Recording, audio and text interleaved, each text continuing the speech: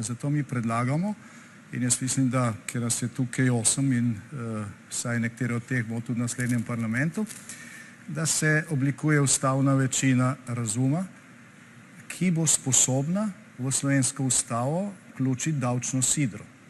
To se pravi, omejiti delež bruto domačega proizvoda,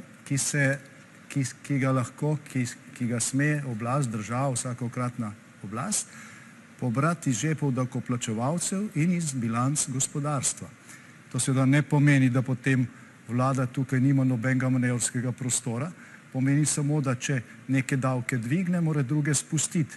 Tako da je neka povprečna obremenitev davkoplačevalcev in gospodarstva stabilna.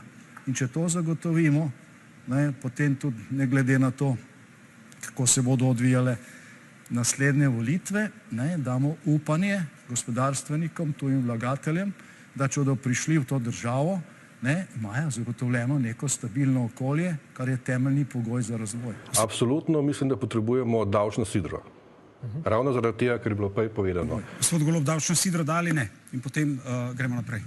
Davčno sidro ne bo ničemer vpliva na tuje vlagatelje. Že prej ste omenili to davčno sidro, ki bi ga prvak SDS-a umestil v ustavo. Kako realno se vam to zdi? Sliši se lepo, je pa tu na drugi strani dolgotrajna oskrba pa dvig plač v javnem sektorju. Verjetno bi si težko privoščili vse skupaj. Ravno zato je davčno sidro potrebno. V naši reviji smo imeli poleti lani intervju z gospodom Hanom.